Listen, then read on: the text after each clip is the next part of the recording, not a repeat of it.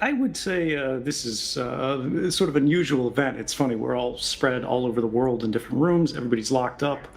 Um, but for me, this is how I've always lived. So much of my life, as I think is increasingly the case for you, wherever you are, is intermediated by these screens. We spend less time outside and more time staring into glass or through glass to connect with that larger world, with something beyond ourselves. And so that's why it's particularly important, I think, as we see the world happening through these screens. And increasingly, it feels like something distinct from us, something apart from us, something that we are witnessing rather than participating in. Um, that you look at it. I want you to think about the world as you see it now and what you see happening in it. And ask yourself, is this your will? Is this what you wanted? Did you agree to this? Is this consistent with the vision of the future that you want to see? Um, it's interesting to me that we seem to be living in this moment that feels much closer to what I think is the standard of history rather than our ideal of modernity. In that the institutional powers of our day, when you think about the structures that actually affect the world, organized groups of people who have assumed for themselves some mandate, whether it's to conduct business, whether it's to govern the lives of others, whether it's to make war.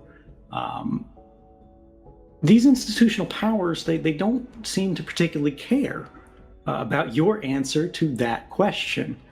Is this what you wanted? Is this okay? Did you agree to it?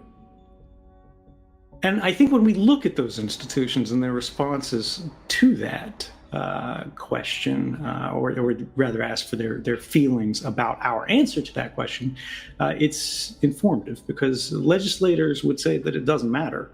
They control the law. Police would say that you don't have a choice as to whether or not you agree to this. Because they have the gun, they have the baton. And Facebook would say, click OK to continue. And if you don't, you can't do anything because they control the policy. And through the policy, they control the platform. And through the platform, they control the public. They control all of us and aggregate our lives, or at least exercise some great level of influence over it by gating us off, separating us from the things that we need to do to connect and engage in just what is considered today a normal life.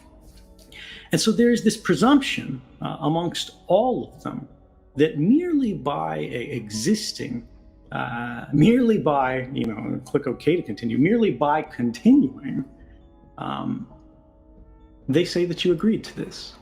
But I don't think that you did, and I bet you don't think so either. The reality is these institutions, all of them, they pretend that we consent to their actions. They pretend that we agree because of where we were born, or where we have no choice but to live, or lead a life to which we have no alternative because of economic insecurity or political barriers or barriers to movement. And I think it can be something as simple as, you opened a website, you turned on your phone. All of these things today have consequences which we are not informed about, even if you read the 600 pages of legalese, because one of the very first terms in these terms of use that are applied to our lives is that these terms can change at any time. A statement that's as true for government as it is for corporations. And it's time that we recognize these are forced choices. If we don't have an alternative but to click OK, if there's no other option but to say no thanks, I would rather have my privacy, no thanks, but I would rather not have you collect this data, no thanks, but I would rather not have you apply violence to minorities, to people who are unlike me, or even to people who are like me. I would like to be treated fairly. I would like to see a more equitable world. I would like to see a better world, and I would like to make that happen. I would like to see politicians who are reasonable rather than extremist. I would like to see police that are worried about public safety rather than state security. And I think the fact that so many of our interactions in modern life, so many of the activities that we have to engage in are intermediated as our lives are by this glass. They are separated from us by this gate of a forced choice. We need to recognize that that is not consent, and the law needs to recognize that that is not consent. The companies need to recognize that is not consent, and the only way that that happens is if we recognize that that is not consent, not in any way that really matters. And I think that is what's happening today. I think that's what we see around the world. I think that's, for a large part, what is responsible for the rising tide of anger that we feel in so many ways. People don't feel a sense of agency. They recognize that things in the world are not going in the right direction, but, and they don't agree with it. And they do care about it, despite what people say to the contrary. But they don't feel that they have the ability to change it. And that's what we're talking about when we're talking about consent. We need to realize that that lack of consent matters. We need to realize that we matter. And the only way that this changes, right, because what we're seeing is we're seeing a divorce between the individual and the institutional in terms of power and accountability. We have the institutions that wield the greatest influence over society, whether we're talking about presidents, whether we're talking about people in Hungary, whether we're talking about people in Brazil, whether we're talking about people in Russia or China, new presidents for life. We need to recognize that there seems to be nothing they can do that results in them facing a serious consequence, whereas the smallest infractions of our lives, that can even be civil rather than criminal, are instantly crystallized and memorialized at the moment of mistake and captured into a permanent record that's held and controlled by these groups, again, whether they are commercial or whether they are governmental. And we have no influence to change them. But that's what we need. We need things to change. And, so many people are asking for change. They're basically complaining. They're writing articles. They're going, Facebook, you need to do this. They're going, government, please do this for us.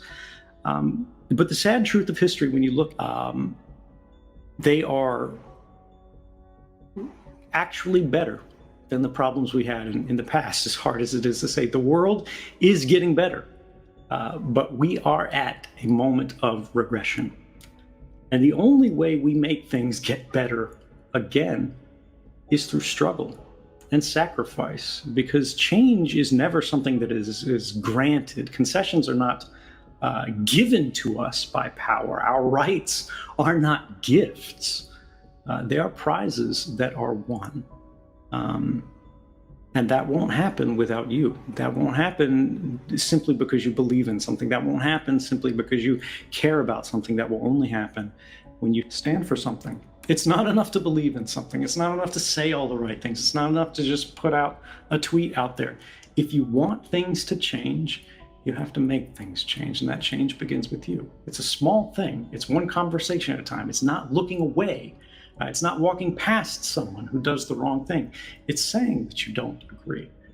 It's trying to change the outcome, even in small ways, but recognizing that you have power. I don't care how small you are. I don't care how isolated you are. I don't care how little you are. To the people near you, to the world around you, in your workplace, in your community, in your country, in your own personal space, you can make a difference. But the only time you make a difference is when you actively make that difference, when you make a choice to change things. Again, like we said at the beginning of this talk, look around the world, look around what's happening. Everyone says this is okay by you. Everyone says, you agree with this. The world is asking you right now, history is asking you right now, click OK to continue. And for me, I'm done clicking.